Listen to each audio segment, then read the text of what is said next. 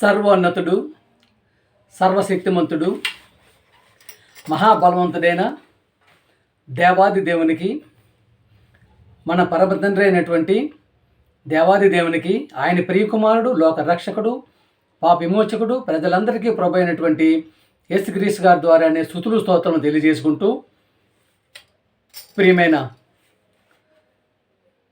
క్రైస్తవ సమాజమా, ప్రియమైన దేవుని వారలారా, దేవుని పిల్లలారా, యేసు ప్రభు గారిని దేవుని కుమారునికి అంగీకరించి ఆయన నామములో బాప్టిజం తీసుకొని ఆయన సమూహంలో యాజక సమూహంగా పనిచేస్తున్న ప్రతి ఒక్కరికి యేసుక్రీస్తు నామములో నేను వందనములు శుభములు తెలియజేసుకుంటున్నానండి. ప్రియమైన దేవుని వారలారా, పాట పాడుకుందామండి. నా ప్రాణమా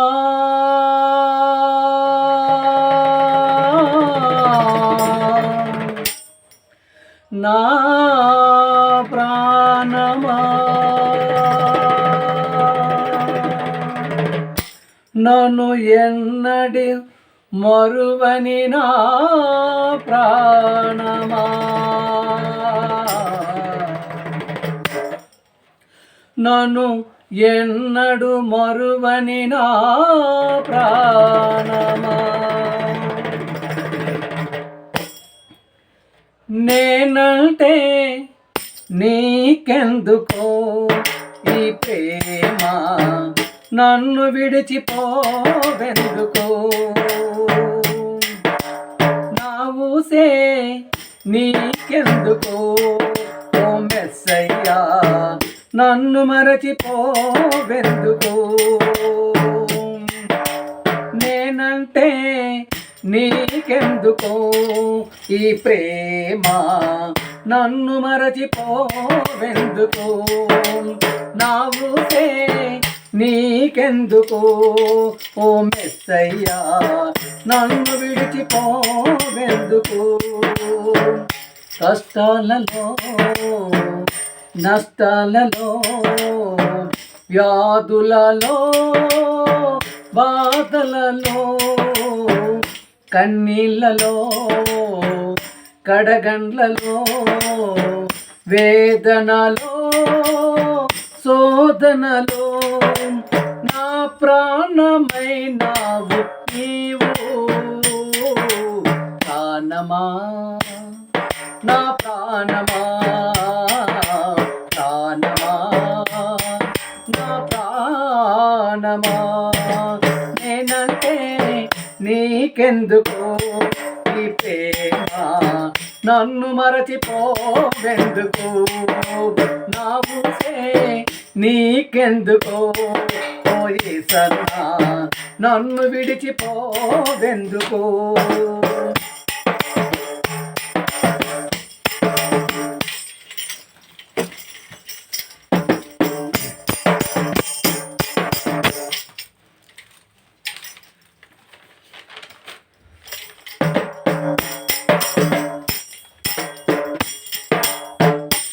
నిన్ను మరచిపోయినా నన్ను మరచిపోలేవు, నిన్ను విడిచి వెళ్ళినా నన్ను విడిపోలేవు, నిన్ను మరచిపోయినా నన్ను మరచిపోలేవు, నిన్ను విడిచి వెళ్ళినా నన్ను విడిపోలేవు, ఎందుకింత ప్రేమ నాపై యేసయ్యా, ఎందుకింత ప్రేమ నాపై యేసయ్యా, ఎందుకింత ప్రేమ నాపై యేసయ్యా, ఎందుకింత ప్రేమ నాపై యేసయ్యా, ఏ రుణమో ఈ బంధమో నా ప్రేమమూర్తి, తాళలేను నీ ప్రేమను, ఏ రుణమో ఈ బంధమో నా ప్రేమమూర్తి, తాళలేను నీ ప్రేమను, నా ప్రాణమైనావు నీవు, ప్రాణమా నా ప్రాణమా, ప్రాణమా నా ప్రాణమా, నేనంటే నీకెందుకు ఈ ప్రేమ, నన్ను మరచిపోవెందుకు, నా ఊసే నీకెందుకు ఓ మెస్సయ్యా నన్ను విడిచిపోవెందుకు. అందరికీ వందనాలండి.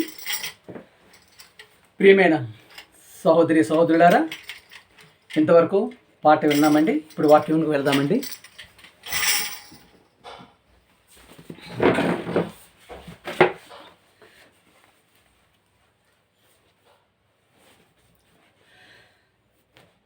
ప్రియమైన దేవుని బిడ్డలారా, బైబిల్ గ్రంథం పరిశుద్ధ గ్రంథం అండి, మహాజ్ఞాన గ్రంథం, జ్ఞానపు గని, జ్ఞానపు ఓట. ప్రియమైన సహోదరి సహోదరులారా, ప్రియమైన దేవుని బిడ్డలారా, ప్రియమైనటువంటి క్రైస్తవ సమాజమా, సకల శాస్త్రాలను అధిగమించినదే బైబిల్ అండి. సకల శాస్త్రాలను అధిగమించినదే బైబిల్ అండి. ప్రియమైన దేవుని వారలారా, ఎందుకంటే ప్రతిదీ దేవుని యొక్క మాటలుగా, దేవుని నోటుబోరుగా, పరిశుద్ధాత్మ ప్రేరేపణతో రాయించబడినటువంటి గ్రంథమే బైబిల్ గ్రంథం అండి. ప్రియ సహోదరులారా, ప్రస్తుత పరిస్థితుల్లో మనం చూసుకున్నట్టయితే ప్రపంచమే, ప్రియమైన దేవుని వల్ల ప్రపంచమే చాలా క్లిష్ట పరిస్థితిలో ఉంది. ఇట్టి ప్రపంచమంతా కూడా అసలు అతలాకుతలమైపోయేట అంతటి పరిస్థితుల్లో వెళ్ళిపోతుందంటే కారణం ప్రియమైన దేవుని వల్లరా. అసలు మనిషి పుట్టుక పరమార్థం ఏంటని మనం గ్రహించుకున్నట్టయితే, ప్రియమైన దేవుని వల్లరా, యేసుని గూర్చిన మాటల్లో మనం వినాలంటే దేవుడు మనకు సమయాన్ని ప్రసాదించాలి. మానవ జన్మ చాలా కష్టతరమైందండి. ప్రియమైన దేవుని వల్లరా, మానవ జన్మ చాలా కష్టమైందండి. నా పుట్టినరోజు అని చెప్పి చెప్పుకుంటుందండి. నా పుట్టినరోజు అని చెప్పుకుంటూ అక్కడ నుంచి మనం మన జీవితాన్ని ప్రారంభిస్తామండి. అక్కడ నుండి మన జీవితాన్ని ప్రారంభమవుతుందని చెప్పేసి అనుకుంటాం. ప్రియమైన దేవుని వల్లరా, ప్రపంచాల మొత్తం అండి మన పుట్టిన దగ్గర నుంచి మన యొక్క జీవితం ప్రారంభమవుతుందని చెప్పి ప్రపంచాలు అనుకుంటున్నాయండి. మన పుట్టిన దినం నుండి చనిపోయే వరకే అనుకుంటుందండి. ప్రియమైన దేవుని, అది తప్పండి. ప్రియమైన దేవుని, మన కాలం అనంతకాలమైనది. ఏంటండి మన కాలం? ఏంటండి అనంతకాలమైనది. ఎప్పటి నుంచి ఎప్పటి వరకు అండి ప్రియ సహోదరులరా? అంటే కాలాన్ని మనం చూసుకున్నట్టయితే మన కాలం అనంతకాలమైనది. ప్రియమైన దేవుని వల్లరా, మనం గమనించుకున్నట్టయితే శరీరానికి చావు పుట్టుకలు తెలుసు, కానీ లోపల ఉన్నటువంటి లోపల ఉన్న మహాశక్తి ఈ లోకాన్ని విడిచి వెళ్ళిన తరువాత ఈ శరీరం మన అవసరం లేదండి.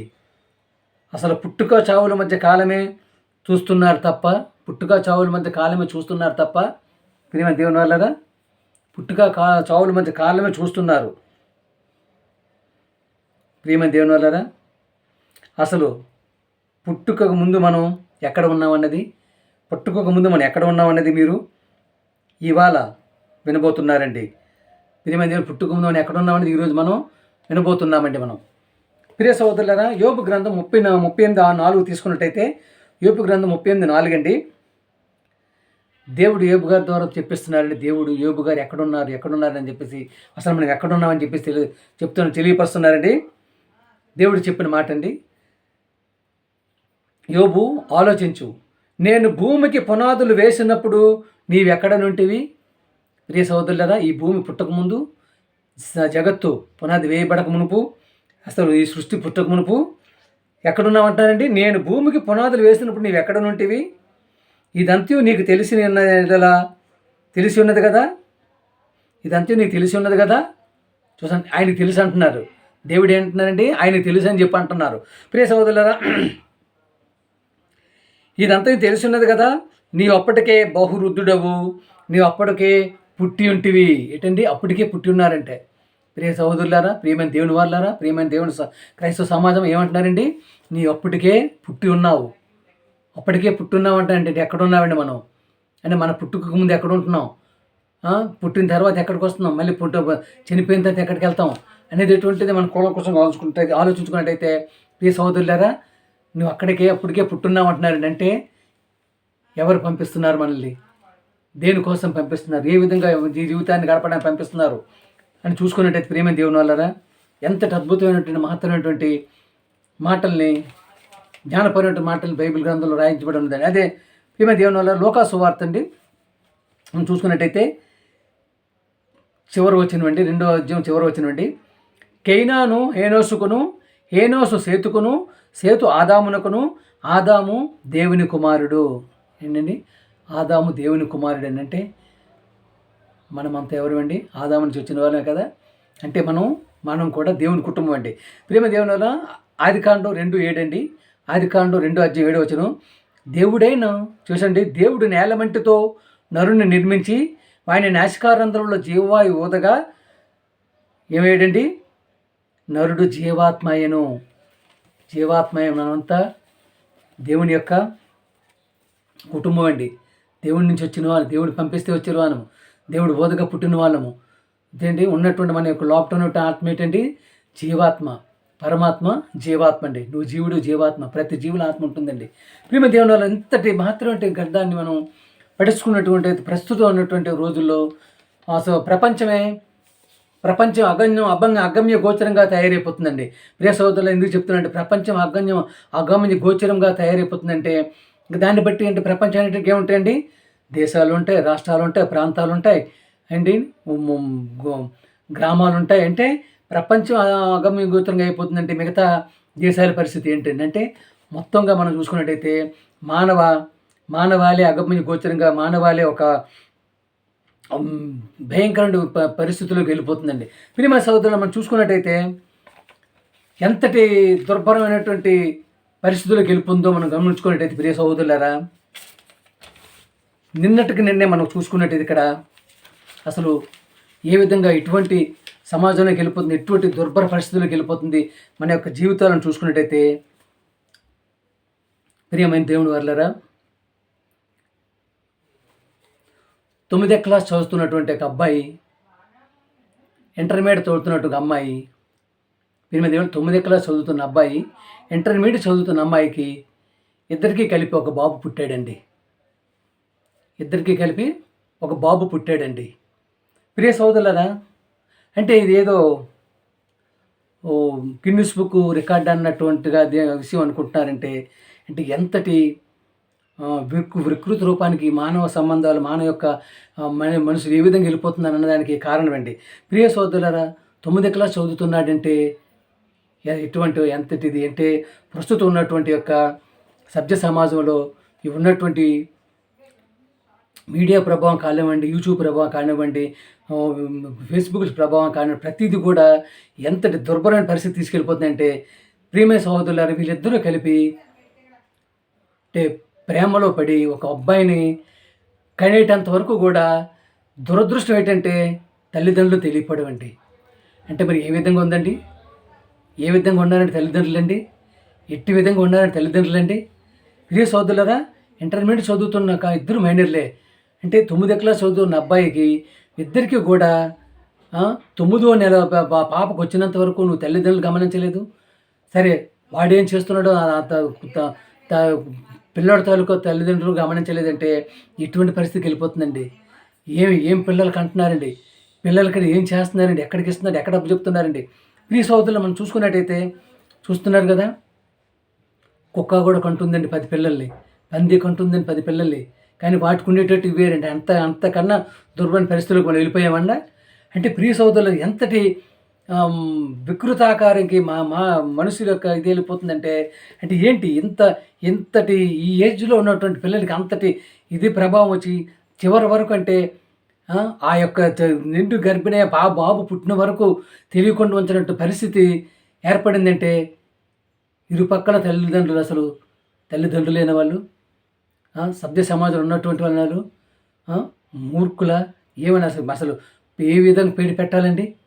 ప్రియ సోదరులు చూస్తున్నారు కదా, ఇటువంటి దారుణమైనటువంటి పరిస్థితులకి వెళ్ళిపోతుంది సభ్య సమాజం అంటే. అసలు దాన్ని బట్టి మనం అర్థం చేసుకుని చెప్పాను కదండి, ప్రపంచమే అగమ్య గోచరంగా తయారైపోతుంది. అలాగే ఈ విధమైనటువంటి పరిస్థితుల్లో. ప్రియమైన సహోదరులారా, ఎంతో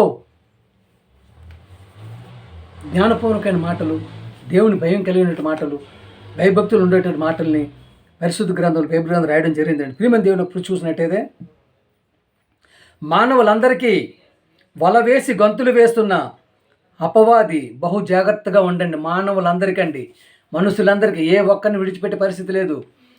వల వేసి గెలుతున్న ప్రియమైన దేవుని వలరా ఎవడండి? అపవాది. ఎన్ని పేర్లు పెట్టుకోండి, సైతాను, శని, ఏదైనా పెట్టుకోండి, దుష్టుడు. ప్రియమైన దేవుడు మన కొరకు భయపడుతున్నాడు. దేవుడు ఎవరి కోసం భయపడుతున్నాడండి? మన కోసం భయపడుతున్నాడండి. ఏమిటి, దేవుడికి భయం ఉండదు అనుకుంటున్నారా? దేవుడికి భయం ఉండదండి, భయం ఉంటుందండి. ఎవరి కోసం భయపడుతున్నారండి? ఆయన మన కోసం భయపడుతున్నారండి. వ్రాయించిన మాట చూడండి. ప్రధానమంత్రికైనా, ప్రియమైన దేవునిలో ప్రధానమంత్రి కానీ పిల్లలు ఉంటారు కదండి, దగ్గర లేనప్పుడు ఎలా ఉంటుందండి? ఎంత సెక్యూరిటీ ఉన్నా భయపడతారు. ఏంటి, తన పిల్లలు కనుక ఒకవేళ ఏమండి ఏమవుతుందని ఎంత సెక్యూరిటీ భయపడదు. అలాగే ఒకవేళ రాజకుమారులైనా, రాజపుత్రులైనా, రాజవంశంలో అని మీరు అనుకుంటే, తన బిడ్డ తనకు దూరంగా ఉంటే అన్ని బలాలు కలిగినటువంటి ఆయన కూడా భయపడుతూ ఉంటాడండి. తన పిల్లల కోసం దేవుడు కూడా భూలోకమందున మరణం బట్టి పరలోకమందు భయపడుతున్నాడండి. ప్రియమైన దేవుని వలన మనకు బండ బట్టి భయపడుతున్నాడండి. దేన్ని బట్టి భయపడుతున్నాడండి? ఒక దుష్టుడు మిమ్మల్ని ఎత్తుకొని పోతే మోసపోనని చెప్పినదా, ఎత్తుకొని పోతాడేమోనని. ఎత్తుకొని పోయిన తర్వాత ఆ సమయమందు దేవుని యొక్క తీర్పు లోకమందు ప్రారంభమైతే శాశ్వతంగా నా దగ్గరకు రాకుండా నరకానికి పోతారేమోనని మన కొరకు దేవుడు భయపడుతున్నాడండి. ప్రియమైన దేవుని వలన ఈ రెండు ఆవేదనకరమైనటువంటి తండ్రి అండి. ఒక తండ్రి కష్టపెట్టి ఒక తండ్రిని కష్టపెట్టి బాధ పెట్టే మాటలు పరలోకపు తండ్రి కూడా మన కొరకు భయపడుతున్నాడంటే ప్రియమైన దేవుని వల్ల భయం ఉండదండి? భయం ఉండదండి. ఎందుకంటే నీకు స్వాతంత్రం ఇచ్చి భూమి మీదకి పంపాడు. ఆ స్వాతంత్రంలో అపవాదిని పరీక్షించుకోమన్నాడు. ఆ పరీక్షలో అపవాదిని పడగొట్టొచ్చు, లేదు నువ్వు అపవాది పడగొట్టవచ్చు. కానీ నువ్వు అపవాదిని పడగొడతావన్నటువంటి సంగతి నమ్మకం ఆయనకు లేదండి. అపవాది తప్పనిసరిగా నిన్ను పడగొడతాడనే సంగతి ఆయన తెలుసు. ఈ రెండు విషయాలు పేతురు గారే రాశారండి. రెండు విషయాలు ఎవరు రాశారండి? పేతురు గారే రాశారు. ప్రియమైన దేవుడు, మొదటి పేతురు 5:7 అండి. దేవుడు మన కోసం భయపడుతున్నాడని చెప్పి చూడండి. ఆయన మిమ్మును గూర్చి చింతించుచున్నాడు. ఏంటంటే మనల్ని గూర్చి చింతిస్తున్నాడు. దేవుడు ఎవరి గురించి చింతిస్తున్నాడంటే మన గురించి చింతిస్తున్నారు. నేను పంపినటువంటి పిల్లలు ఏ విధమైన జీవితాన్ని అక్కడ గడిపింది అపవాది కూరలు చిక్కుకొని ఎక్కడికి వెళ్ళిపోతున్నారు, ఏ త్రోవలు వెళ్ళిపోతున్నారు, ఏ పరకతోవలు వెళ్ళిపోతున్నారు, ఏ దుర్భరమైన త్రోవలు వెళ్ళిపోతున్నారు, ఏ యొక్క నక్సలైట్లుగా మారిపోతున్నారా, మానవ బాంబులుగా మారిపోతున్నారా అని చెప్పి. ప్రియమ దేవుని వల్ల అపవాది అనేది చిన్న శక్తి కాదండి, చిన్నది కాదండి. సాతాన్ని అంచనా వేయడం అనేది చాలా చిన్న శక్తిమంతుడు కాదండి. ఎందుకంటే పరలోకంలో యుద్ధం చేసి భూమి మీద పడినటువంటి శక్తిమంతుడండి. ప్రియమైన దేవుని వల్ల చూశారు కదా, లోకాసు వార్త 4:5 అప్పుడు అపవాది యేసును తీసుకొని పోయి భూలోక రాజ్యములన్నిటినీ ఒక్క నిమిషంలో చూపించాడండి. భూలోక రాజ్యములని ఒక నిమిషంలో చూపించాడంటే ఏంటి, ఒక నిమిషంలో మనం హైదరాబాద్ పట్టణం చూపించగలమా? ఒక నిమిషంలో కనీసం ఇక్కడ ఉన్నటువంటి సుచిత్రాన్ని చూపించగలమండి? ఒక్క నిమిషంలో ఎలా చూపించాడంటే వాడు భూలోక రాజ్యాలన్నీ చూపించాడంటే తక్కువ శక్తిమంతుడా? తక్కువ అంచనా వేస్తున్నారండి. ఆయనకు చూపించి ఈ అధికారం అంత్యు, ఈ రాజ్య మహిమ అంత్యు నీకు ఇత్తును, చూసారా, అది నీకు అప్పగింతును, అదేమని నేను చేయబడి చూసారు ప్రేమించగలరా, అవన్నీ నీకు ఇస్తున్నాను చెప్పి అన్నాడు. ఏంటండి, యేసు ప్రభు గారిని ఎలా తీసుకెళ్ళిపోయాడు? ఏం చేశాడంటే ఆయనను తీసుకొని పోయి, యేసు ప్రభు గారిని ఏం చేశాడంటే తీసుకొని వెళ్ళిపోయాడు. ఆయన తీసుకొని పోయి భూలోక రాజ్యములన్నీ చూపించాడండి. ఒక్క నిమిషంలో చూపించాడు. చిన్నోడండి, చిన్న శక్తిమంతుడండి. యేసు రక్తం చేయంటే వెళ్ళిపోద్దా ఏంటి? యేసు రక్తం చేయంటే వెళ్ళిపోద్దండి. యేసునే చివరి రక్త బొట్టు వరకు ఏంటి, చివరికి ప్రాణం పోయేంత వరకు కూడా యేసునే వదలలేదండి అది. కాబట్టి నీకు నాకు ప్రేమ దేవుని వల్ల ఏది వెళ్ళిపోతుందండి. ప్రియమైన దేవుడు, అందుకని మనం గమనించినట్టయితే ఎంతటి శక్తిమంతుడంటే యేసునే తీసుకొని వెళ్ళిపోయినప్పుడు నిన్ను లాక్కొని పోదా ఏంటి? జై అంటే వెళ్ళిపోతుందా? డోర్ మీద కాలు పట్టుకోమని చెప్తుంది. అందుకే ప్రియమైన సంఘాలన్నీ ఈరోజు ఎలాగైపోయినాయి అంటే ప్రియ సహోదరులారా, పేక ముక్కలు అయిపోయినాయండి, ముక్కలుగా అయిపోతున్నాయండి, ముక్కలుగా అయిపోయినాయి. ఎన్ని ముక్కలు అయినాయండి? పేకలో ఎన్ని ముక్కలు ఉంటాయండి ప్రియ సహోదరులారా? అలాగా ఎన్ని ముక్కలండి? ఇది 3000 ముక్కలు చేసిందండి. ఇప్పుడు చెప్పండి, పేకాట ఆడికొచ్చా మనకొచ్చా? 3000 ముక్కలు సంఘాలు చేసిందంటే పేకాట ఎవడికొచ్చండి? అపవాదిగడికి వచ్చా మనకొచ్చా? జోకర్ అండి, వాడు జోకర్ అనుకుంటాం కానీ వాడు మేకర్ అండి. ప్రియ సహోదరులారా, మేకర్ అండి. చూసారా, తనకు నచ్చినటువంటి అమెరికాని అగ్రరాజ్యంగా చేసింది, యూరోప్ని అగ్రరాజ్యంగా చేసింది, ప్రియ దేవుళ్ళ చైనాని అగ్రరాజ్యంగా చేసింది, మార్చేసింది, చైనాని మార్చేసింది, ఆస్ట్రేలియా మార్చేసింది, జర్మనీని మార్చేసింది. ఏంటండి, అగ్రరాజ్యాలుగా మార్చేసింది, వాడికి మార్చేసింది. చూసారు కదా ఏంటండి ఇక్కడ ఉన్నట్టు వీళ్ళు చెప్పిన రాజ్యాలు ఏమోనండి, ఫ్రాన్స్ని, చైనాని, జర్మనీని అన్నిటి అగ్రరాజ్యం మార్చేసిందండి. వీళ్ళెవ్వడికి దేవుడు అంటే భయం లేదండి, దేవుడు భయభక్తి లేదండి. దేవుడు అంటే భయం భక్తి ఉండేటువంటి ఒకే ఒక్క దేశం, అదే ఒకే దేశం అండి, అదే మన ఇండియా అండి. దేవుడు అంటే భయభక్తులతో ఉన్నటువంటి దేశం ఏంటండి? మన ఇండియా అండి. ఇప్పుడు మన మీద కన్నేసిందండి. ప్రియమైన దేవుని పిల్లారా, దానికి అప్పగింపబడిందండి ప్రియ సోదరులారు. ఎందుకంటే దేవుడు అప్పచెప్పాడంటే దేవుడు రోషం గలవాడండి. దేవుడు రోషం గలవాడు కాబట్టి మనం కూడా రోషంగా ఉండాలని చెప్పి అప్పగించిన పిల్లలు జయించగలుగుతారని చెప్పేసి. అందుకనే యోబు గారి సంగతి మనం చూసుకున్నట్టయితే ప్రియ సోదరులారు, యోబు గారి దగ్గరికి దేవదూతల సమూహంలో సన్నిధిలో దేవదూత సమాసం అయ్యేటప్పుడు అపవాది కూడా వచ్చేటప్పుడు దేవుడు అడుగుతాడండి, ఎక్కడి నుంచి వస్తున్నామంటే నేను భూలోకం అటు ఇటు తిరుగుతూ వస్తున్నానంటే అప్పుడు ఏమంటారండి ఆయన, నా యొక్క శిష్యుడైనటువంటి యోబుని చూసితివా ఏంటి? ఆయన దేవుని భయభక్తులు కలిగి నిందారహితుడై భయభక్తులు కలిగి ఏ యొక్క ఇది లేకుండా బతుకుతున్నాడంటే ఆయన చెప్తున్నాడండి. ఏం చెప్తున్నాడండి? నీవు ఆయనకి అన్నీ అప్పచెప్పా కనుకనే నీ కొంత భయభక్తులు ఉన్నాడని చెప్పి అంటాడండి. చివరికి అన్నీ తీసుకున్నాక కూడా ఆయన ఏ క్షణంలో కూడా దేవుణ్ణి విడిచిపెట్టరండి.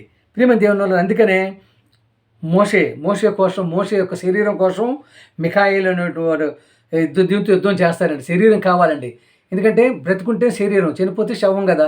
అంటే మోషే శరీరం కావాలని చెప్పి దెబ్బలాడుతున్నటువంటి ఆ యొక్క దానికోసం విపరీతమైన దెబ్బలాట జరుగుతుంది. అందుకనే ఎబ్రీ మన 11:24 చూసినట్టయితే మోషే ఎంతటి గుణవంతుడంటే ప్రియమైన దేవుని వల్లరా, ఫరో కుమారుని అనిపించుకోవడానికి ఇష్టం లేక అల్పకాలపు పాపభోగం అనిపించడం కంటే దేవుని ప్రజలతో శ్రమ అనుభవించడం మేలని యోచించి ఫరో కుమార్తె యొక్క కుమారుడు అనిపించుకున్నట్టుకు ఒప్పుకొనలేదు. ఏలనగా అతడు చూసారు ప్రతిఫలముగా కలగబో బహుమానము దృష్టి పెట్టినండి. అంటే ఎంతటి ఇదండి, మహారాజు అవ్వాల్సిన వాడు, రాజు అవ్వాల్సిన వాడు, చక్రవర్తి అవ్వాల్సిన వాడు, కానీ క్రీస్తు యొక్క దీనికోసం అని చెప్పి నిందల పాలైన పర్వాలేదని చెప్పి వచ్చినట్టు అందుకనే ప్రియమైన దేవుని వల్ల దేవుని ఇల్లు అంతటి ఎందు నమ్మకమైన వాడుగా మోసే మనకి నిలబడ్డాడండి. ప్రియ సోదరు చూస్తున్నాం కదా, అంటే ఇంతటి మహత్తరమైనటువంటి దీంట్లో అపవాది చొరపడుతూ దేవుని పిల్లలకి దేవుని మాటలు చెప్పకుండా, దేవుని యొక్క వాక్యాన్ని ప్రచురించకుండా, దేవుని యొక్క సంగతుల్ని చెప్పనివ్వకుండా, అలాగే ప్రతి విషయంలో కూడా ప్రతి కుటుంబాన్ని, చివరికి దేశాలని, ప్రపంచాలని, ప్రాంతాలని చెప్పి, కులాలని చెప్పి, మతాలని చెప్పి, అలాగే దేవుళ్ళ పేర్లు పెట్టి పేరట కొట్టుకుని చనిపోయేట పరిస్థితుల్లో తీసుకొస్తున్నాడండి. హబక్కూకు 1:15 అండి. హబక్కూకు 1:15 అండి. చూడండి వాడు ఏం పని చేస్తున్నాడో. సాతాను వాడు గాలము వేసి మానవులందరినీ గుచ్చి లాగి ఉన్నాడు. చూసాడు, గాలం వేసి మానవులందరినీ గుచ్చి లాగి ఉన్నాడు. చూసాడా, ఉరులు వగ్గి చిక్కించుకొనుచు వాడు తన వలలో కూర్చుకొని సంతోషపడి గంతులు వేస్తున్నాడండి. చూసారా ప్రియ సోదరులారా, ఏం చేస్తున్నాడండి? సంతోషపడి గంతులు వేస్తున్నాడండి. ఎంత దుర్భరమైన పరిస్థితి అండి. చూసారు కదా, ప్రపంచం నేను ఎందుకు చెప్పాను మొదటగా అంటే ప్రపంచాన్ని అతలాకుతలం చేసే పరిస్థితిలో వారు ప్రతి ఒక్క మనిషిని గాలం వేసి లాగి గుచ్చి ఏంటంటే సంతోషపడి గంతులు వేసండి నా ఒళ్ళో పడ్డారు. అంటే దేవుని దగ్గరికి, దేవుని మాటల దగ్గర, దేవుని పరలోకానికి వెళ్ళలేని పరిస్థితుల్లో నేను చేస్తానని చెప్పేసి అంతటి దీంట్లో గంతులు వేస్తున్నాడండి. ప్రియ సోదరులు చూశారు కదా, ఇప్పుడు ఉన్నట్టు మరి క్రైస్తవ సమాజం, క్రైస్తవ పరిస్థితి కూడా అట్లనే ఉందండి. ఎలా ఉందండి చూస్తున్నారు కదా. ఇప్పుడు క్రిస్మస్ వచ్చిందంటే డ్యాన్సులు, డమార్లు విపరీతమేనండి. ప్రియ సోదరులారా, ప్రియుల అపోస్తలులు ఎక్కడైనా గంతులు వేశారా? యేసుప్రభు ఎక్కడైనా గంతులు వేశాడా?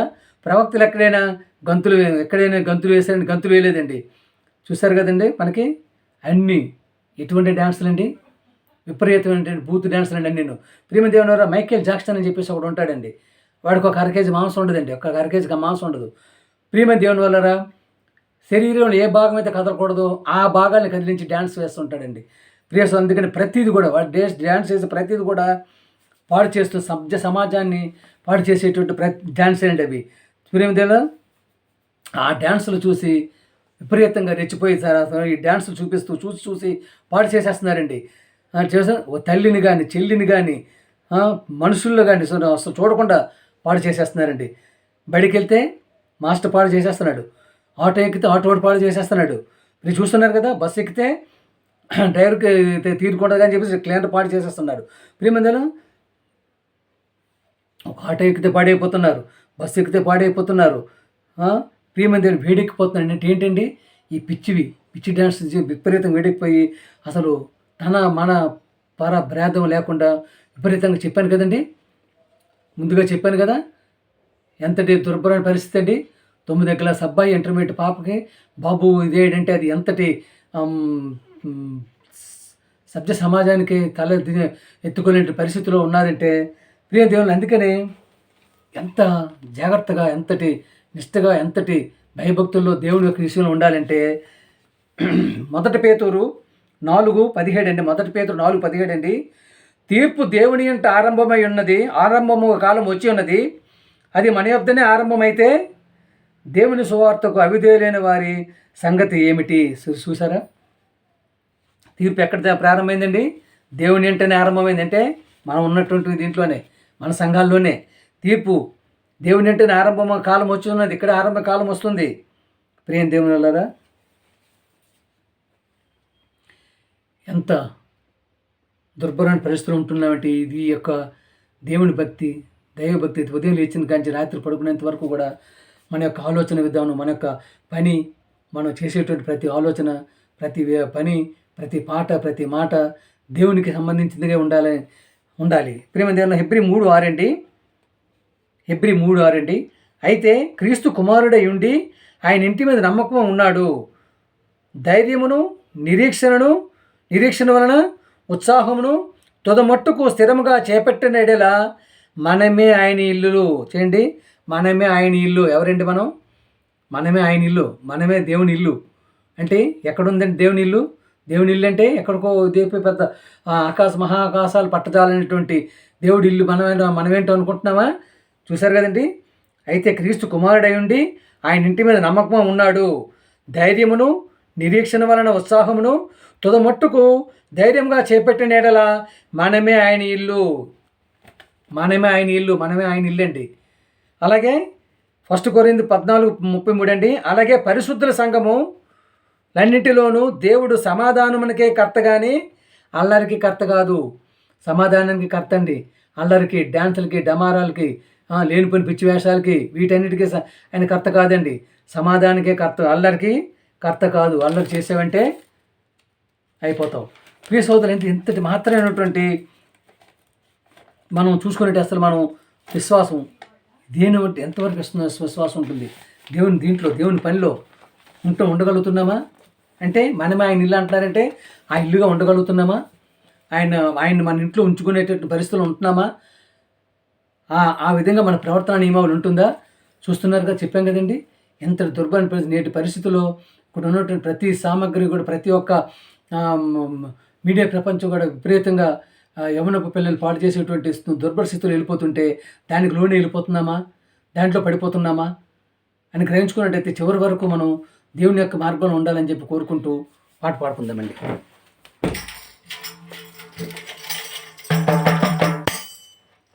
మన జీవితం విలువైనది, నరులారా రండని సెలవైనది, దేవుని సెలవైనది. మన జీవితం విలువైనది, నరులారా రండని సెలవైనది, దేవుని సెలవైనది. సిద్ధపడినామా చివరి యాత్రకు, సిద్ధపడినామా చివరి యాత్రకు, యుగ యుగాలు దేవునితో ఉండుటకు, మనముండుటకు, యుగ యుగాలు దేవునితో ఉండుటకు, మనముండుటకు. మన జీవితం విలువైనది, నరులారా రండని సెలవైనది, దేవుని సెలవైనది.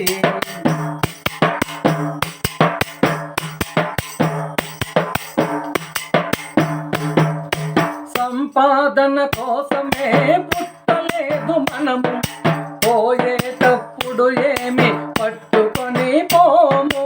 సంపాదన కోసమే పుట్టలేదు మనము, పోయేటప్పుడు ఏమి పట్టుకొని పోము. పోతున్న వారిని మనం చూచుటలేదా, పోతున్న వారిని మనం చూచుటలేదా. బ్రతికి ఉన్న మనకు వారు పాఠమే కాదా, బ్రతికి ఉన్న మనకు వారు పాఠమే కాదా. మన జీవితం విలువైనది, నరులారా రండని సెలవైనది, దేవుని సెలవైనది.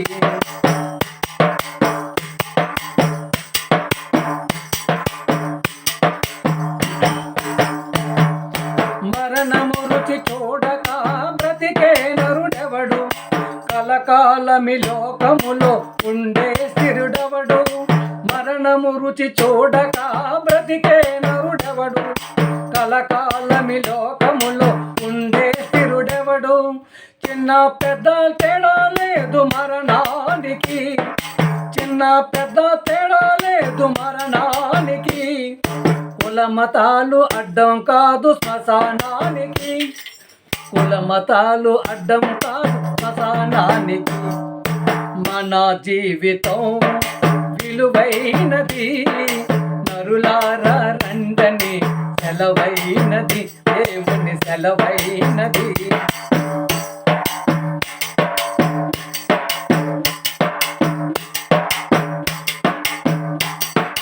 పాపులకు చోటు లేదు పరలోకమునందు, అందుకే మారుదాం మరణానికి ముందు. పాపులకు చోటు లేదు పరలోకమునందు, అందుకే మారుదాం మరణానికి ముందు. యేసు రక్తమే మన పాపాలకు మందు, యేసు రక్తమే మన పాపాలకు మందు. కడగబడిన వారికే గొర్రె పిల్ల విందు, కడగబడిన వారికే గొర్రె పిల్ల విందు. మన జీవితం విలువైనది, నరులారా రండని సెలవైనది, దేవుని సెలవైనది. సిద్ధపడినామా చివరి యాత్రకు, సిద్ధపడినామా చివరి యాత్రకు, యుగ యుగాలు దేవునితో ఉండుటకు, మనముండుటకు. మన జీవితం విలువైనది, నరులారా రండని సెలవైనది, దేవుని సెలవైనది, సెలవైనది, దేవుని సెలవైనది. ప్రియమైన దేవుని వారలారా, ప్రతి ఒక్కరూ వాక్యం నచ్చినట్టయితే సబ్స్క్రైబ్ చేయండి, షేర్ చేయండి, ప్రతి ఒక్కరికి పంపించమని కోరుకుంటూ, అలాగే లోక రక్షకుడు పాప విమోచకుడు ప్రజలందరికీ ప్రభు అయినటువంటి యేసుక్రీస్తు గారి ద్వారానే నా యొక్క శుభములు వందనము తెలియజేసుకుంటున్నానండి.